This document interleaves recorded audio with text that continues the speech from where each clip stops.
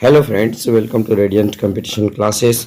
आज हम लोग देखेंगे ज्योग्राफी ऑप्शनल का एक बहुत ही महत्वपूर्ण प्रश्न, डेविस के अपर्दन चक्र की व्याख्या। यानी कि डेविस के अपर्दन चक्र की व्याख्या कीजिए। इस तरह से सवाल रहता है, आपको इसका आंसर करना पड़ेगा और इसमें जो भी मैप का सहायता है वो उसका भी सहायता आपको लेना पड़ेगा।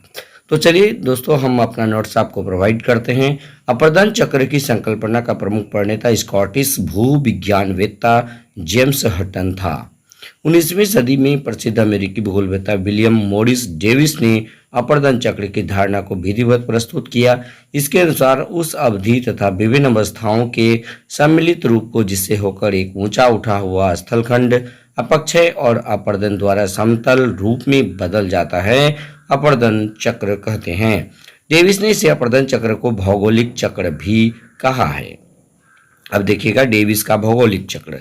सर्वप्रथम 1899 में अपर्दन चक्र की धारणा को प्रस्तुत करते हुए डेविस ने कहा कि भूपटल पर किसी भी स्थल रूप का आविर्भाव अचानक ही नहीं हो जाता है, अपितु वह विकास की अनेक अवस्थाओं जैसा कि युवा अवस्था, प्रौढ़ावस्था और जीर्णावस्था से होकर गुजरता है। संक्षेप में प्रत्येक स्थल का अंतिम स्वरूप अपर्दन के चक्रीय रूप का प्रतिफल होता है। डेविस के अनुसार अपर्दन चक्र समय की एक अवधि है जिसके अंतर्गत एक उत्थित स्थलखंड अपर्दन के प्रक्रम द्वारा अपर्दित होकर आकृति विहीन समतल मैदान में बदल जाता है।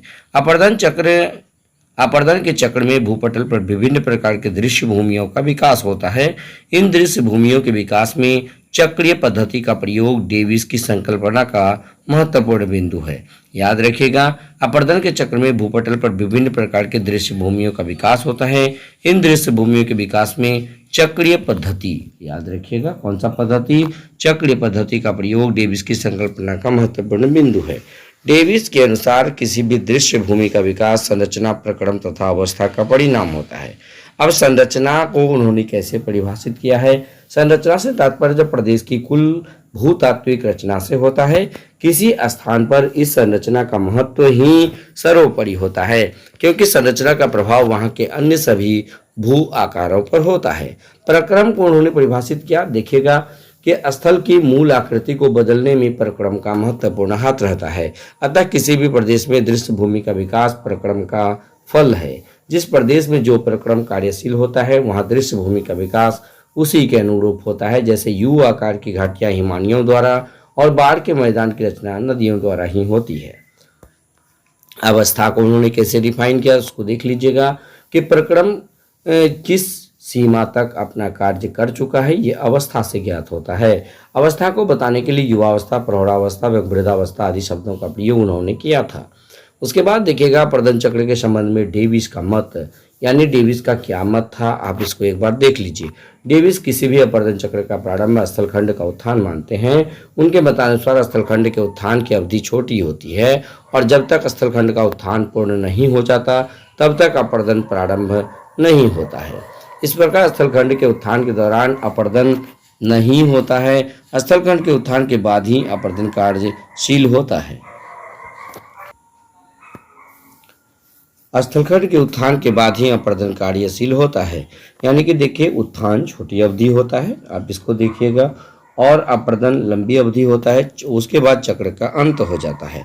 अपर्दन चक्र का ग्राफ द्वारा प्रदर्शन, देखिए आपको पूछा जाता है कि अपर्दन चक्र का ग्राफ द्वारा प्रदर्शन कीजिए। तो यहाँ डेविस के अपर्दन चक्र को ग्राफ द्वारा स्पष्ट करने का प्रयास किया गया है। चित्र में क ख एक लंबवत रेखा है जिसके सहारे आगे दिया गया है मैप, आप उसको देख सकते हैं।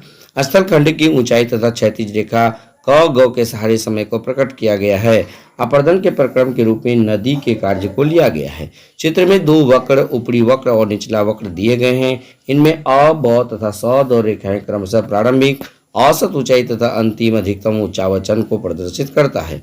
समुद्र तल को दर्शाने वाली क ग रेखा अपर्दन का आधार तल है। इस चक्र को 3 भागों में बांट दिया गया है। प्रथम अवस्था में उत्थान हो रहा है, दूसरी और तीसरी अवस्था में स्थलखंड अपर्दन के साधनों द्वारा नीचा हो जाता है। देखिएगा क ख ये, उसके बाद क अ, फिर क ब है। आप इसको मैप को देख सकते हैं, 1 से 2 बार बनाइएगा, आसानी से हो जाएगा। तो इस प्रकार पहली अवस्था अर्थात उत्थान को चक्र में शामिल नहीं किया जा सकता। शेष 2 अवस्थाओं में चक्र क्रमशः तरुणावस्था, प्रौढ़ावस्था तथा वृद्धावस्था में होकर गुजरता है। संक्षेप में कहा जा सकता है कि प्रथम अवस्था में उत्थान पूरा हो जाता है और तब तक अपर्दन क्रिया प्रारंभ नहीं होती जब तक दूसरी अवस्था में उत्थान समाप्त हो जाता है और साथ ही अपर्दन की क्रिया प्रारंभ हो जाती है। यहाँ अपर्दन नदियों की निचली घाटियों से शुरू होता है ताकि उत्थान पूरी तरह समाप्त हो जाए। इस समय अपर्दन बड़ी तीव्र गति से होता है। तीसरी अवस्था में अपर्दन की क्रिया बड़ी मंद हो जाती है। इसमें लंबवत अपर्दन की अपेक्षा क्षैतिज अपर्दन अधिक होता है। इसके कारण समतल प्राय मैदान की स्थिति उत्पन्न हो जाती है। अब इसमें भी आलोचना किया गया है, आप आलोचना जरूर लिखिएगा। देखिए पॉइंट वाइज ही लिखा है, आप इसको हूबहू छाप सकते हैं। कई जर्मन विद्वानों ने चक्र शब्द को भ्रामक बताया है। ओ माल का कहना है काफी सरलीकृत है। तीसरा है उत्थान पूर्ण होने के बाद लंबे समय तक स्थिर अवस्था में रहता है, ये ठीक नहीं है। उसके बाद उत्थान शीघ्र होना बताया है, जो गलत है। उसके बाद उत्थान के बाद ही अपर्दन होगा, उचित प्रतीत नहीं होता। सोरले और स्ट्राहलर द्वारा गतिक संतुलन सिद्धांत का प्रतिपादन इस मत को अमान्य कर दिया है। तो इस प्रकार ये डेविस का अपर्दन सिद्धांत को आप बेहतर ढंग से देख सके। अगर वीडियो अच्छा लगे तो लाइक शेयर और कमेंट जरूर कीजिएगा। धन्यवाद।